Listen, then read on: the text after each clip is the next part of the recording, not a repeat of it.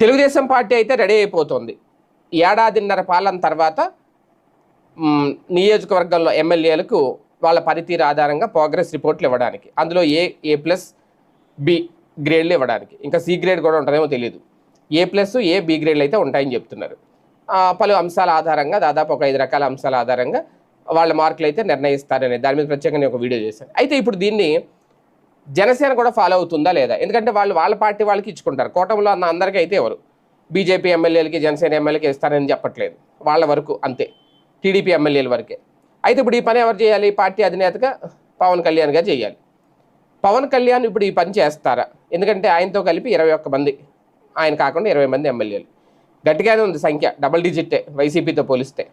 YCP కూడా double డిజిట్టే, 11 కాబట్టి, కాకపోతే ఎడ్జ్లో ఉన్నారు కదా.